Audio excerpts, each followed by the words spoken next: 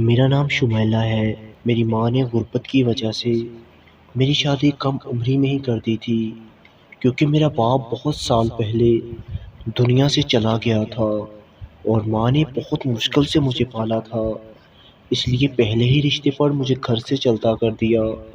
شادی کے بعد مجھے پتا چلا کہ میرا شوہر میری ساس کا سگا بیٹا نہیں ہے۔ میری ساس نے اس کو اپنی بہن سے لے کر پالا تھا۔ پھر میری ساس کا بھی ایک بیٹا پیدا ہوا اور میرے سسر کی وفات ہو گئی، تو بچپن سے ہی گھر کا سارا خرچ میرے شوہر ہی چلا رہا تھا۔ میرے شوہر کی آمدن اگرچہ زیادہ نہیں تھی، لیکن پھر بھی وہ میرا بہت خیال رکھتا تھا، جبکہ میرا دیور انتہا درجے کا آوارہ اور لوفر لڑکا تھا، لیکن پھر بھی اپنی ماں کی آنکھ کا تارا تھا، کیونکہ اس کا اپنا خون جو تھا۔ جبکہ میرا شوہر میری ساس کی نظر میں بس کمانے والی مشین تھا۔ پھر ایک دن میرا شوہر گھر سے کمانے گیا اور شام کو اس کی لاش گھر آ گئی۔ سڑک سے گزرتے کسی گاڑی سے ٹکرا گیا تھا۔ میری تو دنیا ہی اجڑ گئی تھی۔ مجھے یوں لگا میرے سر کا سامان چھن گیا ہے۔ کچھ دنوں بعد جب دماغ کچھ سوچنے سمجھنے کے قابل ہوا، تو ساس نے ایک دن کمرے میں بلایا اور کہا کہ تمہارا شوہر تو اب چلا گیا ہے، تمہارا کیا ارادہ ہے؟ میں نے کہا کہ کیا مطلب امی جی؟ کہنے لگی پہلے تمہارا خرچ تمہارا شوہر اٹھاتا تھا، اب تم خود کماؤ گی اور مجھے بھی کھلاؤ گی۔ میں نے حیرانگی سے پوچھا کہ میں کیسے کماؤں گی؟ تو میری ساس نے جواب دیا کہ تمہارے کام کا بندوبست میں کر دوں گی، سمجھو بس گھر میں بیٹھ کر ہی کمانا ہے۔ میں نے سوچا کہ اب کوئی ٹھکانا بھی نہیں ہے، یہاں پناہ ملے تو بہتر ہے، کچھ نہ کچھ کام دھندا کر لوں، اسی بہانے رہنے کو چھت میسر آ جائے گی نا۔ میری ساس میری اس عادت مندی سے بہت خوش ہوئی۔ اگلے دن شام کے وقت میں نہا کر باتھ روم سے باہر نکلی تو گھر کے صحن میں دو مرد بیٹھے تھے، شکل سے جرائم پیشہ اور کپڑوں سے کھاتے پیتے گھر کے لگتے تھے۔ میری ساس ان کی خدمت داری میں مصروف تھی، پھلوں اور جوس سے ان کی تواضع ہو رہی تھی۔ میں سوچ میں پڑ گئی کہ یہ کون اتنے اہم لوگ ہیں۔ میری ساس تو کسی کو مری ہوئی مکھی نہ دے، لیکن یہ حیرانگی جلد ہی ختم ہو گئی۔ میری ساس میرے کمرے میں آئی اور کہنے لگی کہ جلدی سے تیار ہو جاؤ، آج تمہارے کام کا پہلا دن ہے۔ میں نے پوچھا کہ امی جان کیسا کام؟ مجھے تو کچھ پتا نہیں۔ میری ساس مسکرا کر کہنے لگی کہ بہو تم بہت بھولی ہو، یہ جو مرد باہر بیٹھے ہیں تم ان کے ساتھ جاؤ گی، دیکھو صرف ایک رات کے 10,000 وصول کیے ہیں۔ میں نے ان سے، میری ساس نے مٹھی میں بند نیلے نیلے نوٹ میری آنکھوں کے سامنے لہرائے تو مجھے اسی وقت سمجھ آ گئی کہ میری ساس نے جس کام دھندے کا ذکر کیا تھا وہ کچھ اور نہیں بلکہ جسم فروشی تھا۔ مجھے چکر سے آنے لگے۔ میں نے نفرت سے کہا کہ مجھے نہیں کرنا یہ گندا کام، میں بھوکھی رہ لوں گی لیکن اپنا جسم فروخت نہیں کروں گی۔ میری ساس ایک دم طیش میں آ گئی اور مجھے بالوں سے پکڑ کر کہنے لگی، دیکھو لڑکی، یہاں رہنا ہے تو میری بات ماننی ہی پڑے گی، ورنہ گھر سے نکال دوں گی اور باہر بھی سب لوگ تمہارا جسم ہی نوچیں گے۔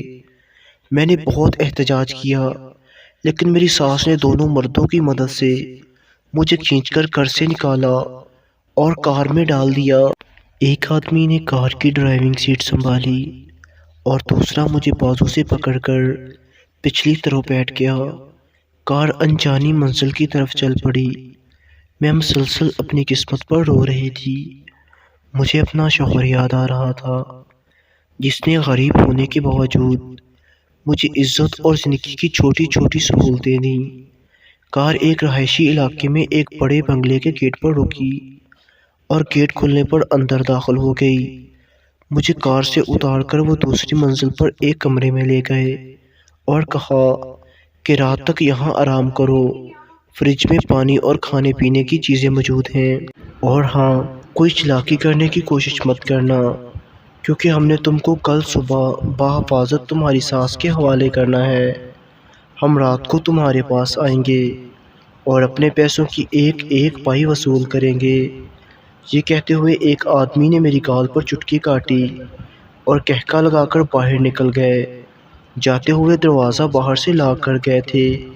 میں بیڈ پر لیٹ کر کافی دیر تک روتی رہی۔ مجھے اپنا انجام صاف نظر آ رہا تھا۔ بھلے میں نے غربت میں بچپن گزارا تھا، لیکن میری ماں نے مجھے ہمیشہ عزت سے جینا سکھایا تھا۔ مغرب کی اذان کی آواز کانوں میں پڑی تو میں نے اٹھ کر کمرے کی کھڑکی کھولی۔ تازہ ہوا اندر آئی تو میرے اندر کی گھٹن کچھ کم ہوئی۔ دیوار سے باہر بہت بڑا درخت تھا جس کی بڑی بڑی شاخیں کھڑکی تک آئی ہوئی تھیں اور ہوا سے جھوم رہی تھیں۔ میری سوچیں اپنے بچپن میں چلی گئیں۔ ہمارے شہر میں بھی ایسا ہی بڑا درخت ہوتا تھا جس پر سارا دن چڑھ کر میں کھیلتی رہتی۔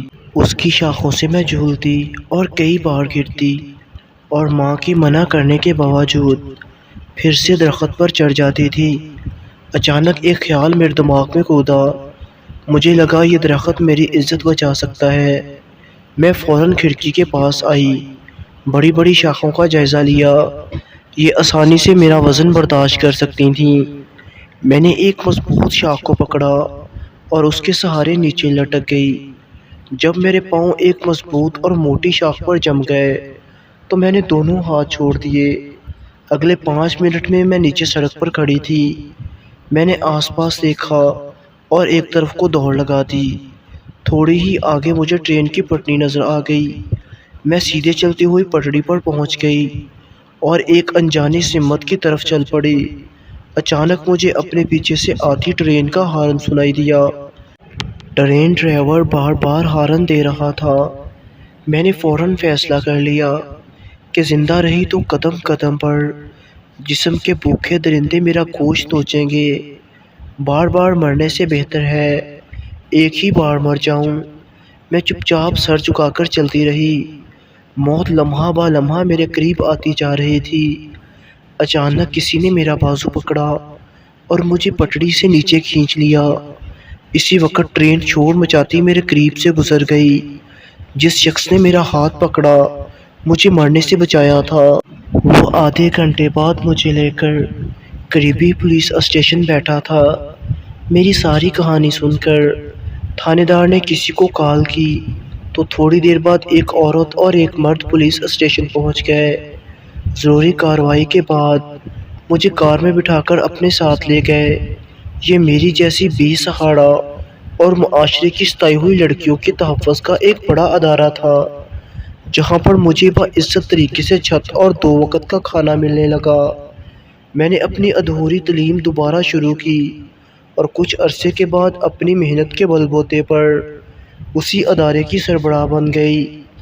آج میں اپنی جیسی بے سہارا عورتوں کو سہارا دیتی ہوں اور ان کی ہمت بنتی ہوں، اور آپ لوگوں سے گزارش کرتی ہوں کہ حالات کیسے بھی مشکل ہوں، ہمیشہ ان کا مقابلہ کرو، کیونکہ اسی میں انسان کی بہتری ہوتی ہے۔ اور جس شخص نے مجھے ٹرین کے نیچے آنے سے بچایا تھا، آج میں اس کی بیوی ہوں اور ہمارے 3 بچے ہیں۔ تو دوستو، کیسی لگی آپ کو یہ آج کی کہانی؟ کمنٹ باکس میں ضرور بتائیے گا۔ والسلام۔